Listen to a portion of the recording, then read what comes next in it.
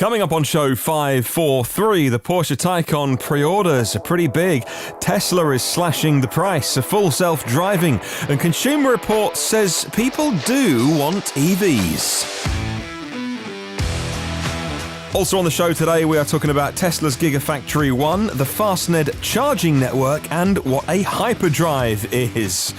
Well, good morning, good afternoon, or good evening, wherever you are in the world. Welcome to EV News Daily.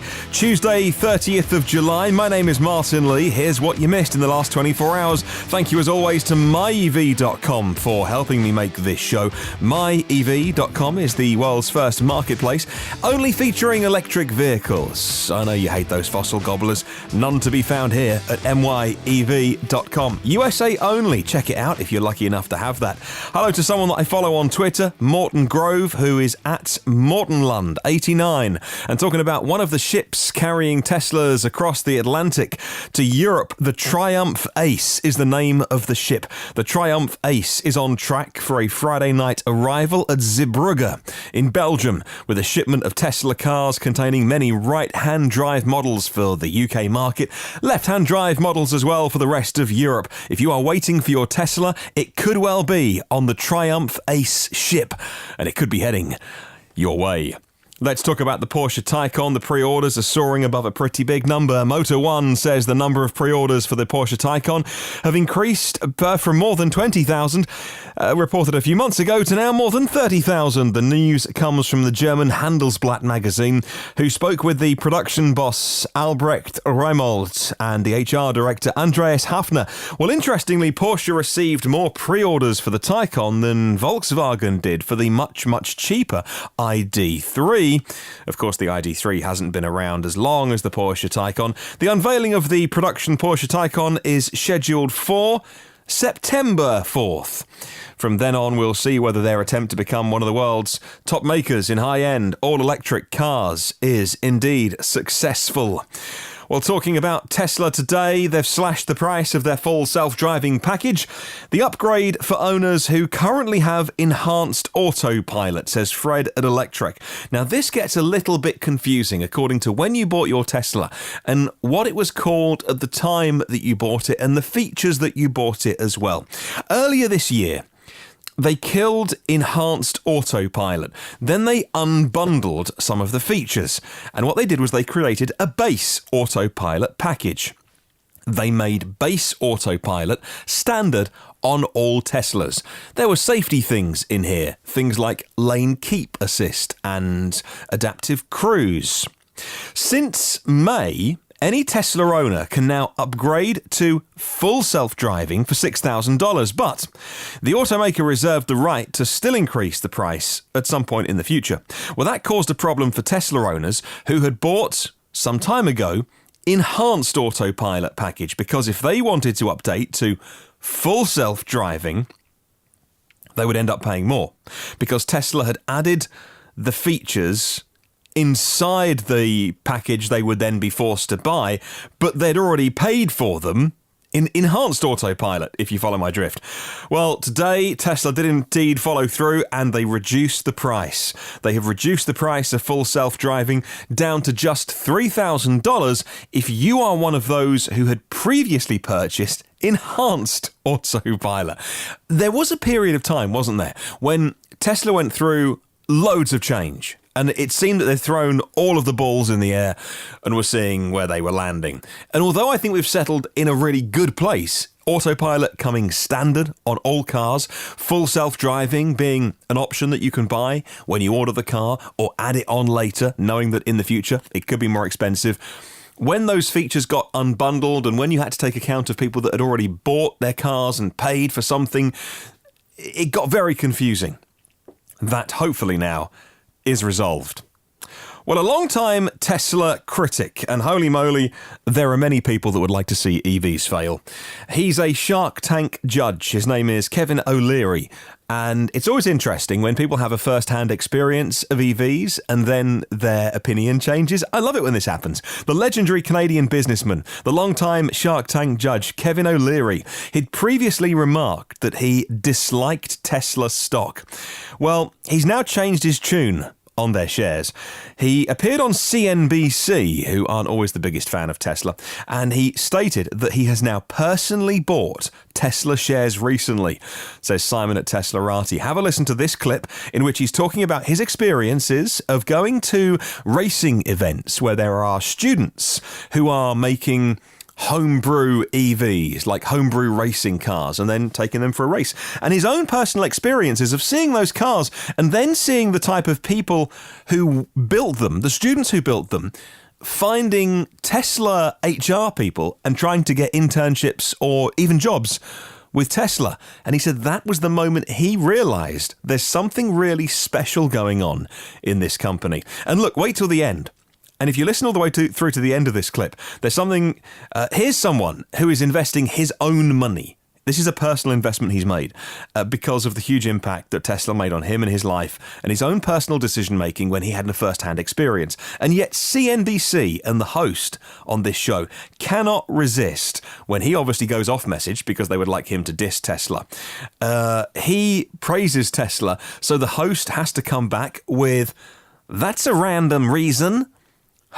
Actually, if you're an investor and you invest in what you believe in, that's not a random reason. That's a really smart reason. Not a great put down if you're trying to win the argument. That's a random reason. Have a listen to this. Who do they want to talk to? They want to talk to the Tesla hiring team there. The HR people are hanging around in the pits. Every one of these engineers, the smoking hot kids that sit with their cars, the men and women sleep with them for 24 hours a day. It's an unusual culture I've never seen before. They all want to work at Tesla. Why? Because the teams are 6 to 8 people inside. If they go to a legacy car company, they get drowned out in the back somewhere. These smart young men and women make a big difference as interns. I can't believe the access to talent they have. That's why I bought the stock. That is a random reason. Let's talk about Consumer Reports. And they say people want to buy EVs. If there's one thing that Big Auto can agree on, it's that nobody wants to buy electric vehicles. They've made them. They tried making a few EVs, nobody bought them, and therefore Big Auto has decided nobody wants them. In June, when the BMW Director of Development, Klaus Froelich, said, and I quote, "There are no customer requests for battery electric vehicles, none," was his quote. It made a splash in the press because of the ironic fact that he said it at an event that they'd laid on to invite journalists to come and see what they're doing for EVs. Execs at major automakers, you couldn't make it up, could you? He didn't end up becoming the boss, by the way, of BMW. Overlooked for that position. I'm shocked. Are you shocked? I'm shocked. Execs at major automakers express similar sentiments on a regular basis, says InsideEVs.com today. A recent survey, however, conducted by Consumer Reports and the Union of Concerned Scientists, found that 63% of prospective car buyers in the USA have at least some interest in EVs. The survey found that a nationally representative sample of almost 2,000 adults who were at the time considering purchasing or leasing a new vehicle in the next 2 years. BMW and other automakers haven't been talking to these folks by the sounds of it, because 31% of them said they'd consider an EV for the next purchase they make. 27% want one at some point. 5%, in fact, said that they are definitely planning on an EV as a buy or lease for their next vehicle. But of course, Big Auto would have you believe nobody wants EVs. It makes you wonder who those comments are aimed at. Politicians, regulators, those setting the rules, those that don't want to see big losses in the car industry. That would be a vote loser. I'm just saying, sometimes these auto execs, not the specific BMW ones, but generally, sometimes very high up executives in companies are very good at playing the political game and getting one over on the politicians who aren't an expert in the field. We'll talk about the job situation in terms of EVs later on in the week after some breaking news today coming out of Nissan. I'll digest that and bring it to you on tomorrow's podcast. Well, Tesla's energy business was talked about in the Q2 earnings report letter, and something that I missed but Clean Technica picked up about their energy business is it's one of the things that I come back to all the time. And I say on this podcast that they are not a car maker. Tesla isn't a car maker. They're many things. They're a software company. They're an automation company. They're a Silicon Valley company. They are, in many ways, an energy company. And that bit of it often ends up playing second fiddle to the cars, which are, let's face it, sexy and exciting. Doesn't mean that it's not growing. In Q2, Tesla increased deployments of its Powerwall. That's the one with the 13.5 kilowatt hour storage capacity. They increased the deployments by 81% on the quarter, according to the investor letter. They shipped and deployed 415 megawatt hours, says Clean Technica. Well, Tesla said in the letter that the sharp increase in Powerwall deployments means that they have now been installed at more than 50,000 sites around the world. A Tesla spokesperson confirmed that PowerPack installations also increased in Q2 in parallel with the Powerwall developments. The update is some of the first tangible evidence that we have the company's getting better at balancing battery cell production at their Gigafactory 1 in Sparks, Nevada, with downstream demand in both automotive and the energy business as well. Of course, automotive gets the lion's share and first dibs in many cases. Looks like that. Actually, something that I heard around Christmas time when I was talking to one of my friends who is incredibly knowledgeable about these things. I'll say no more. And he was saying, yes, finally installing these Powerwalls. The supply is opening up from Tesla. What about when you charge an EV, though? Well, Fastned is the charging company building a European network of fast charging stations, and they've reported a growth in revenue that would make any company CEO proud to be running that company. A 230% increase compared to the same period year on year. The revenue for the first half of 2019 was 1.78 million euros. Fastned has been listed on the Euronext Amsterdam since June earlier this summer. It's had 15.3 million in cash at the end of June, and the fast charging network grew to a total of 102 stations at the end of June. With the opening of its first station in the UK, Fastned now has stations operational in 3 countries. The results for the first half of the year: revenue 1.78 million, 230% increase, volume of 3,000 megawatt hours of energy delivered, and 26,000 active customers. I'll pop a link in the show notes with more of those numbers if you're interested.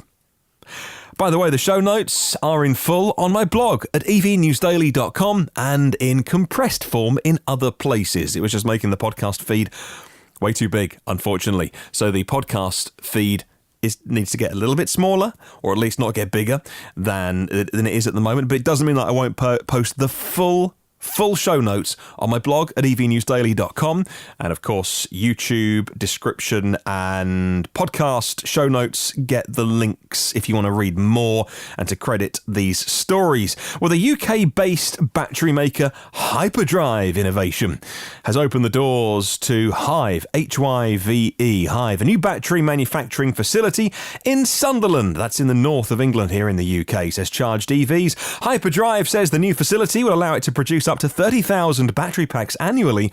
Since moving to the area in 2014, they've invested £7 million in manufacturing the Advanced Propulsion Centre.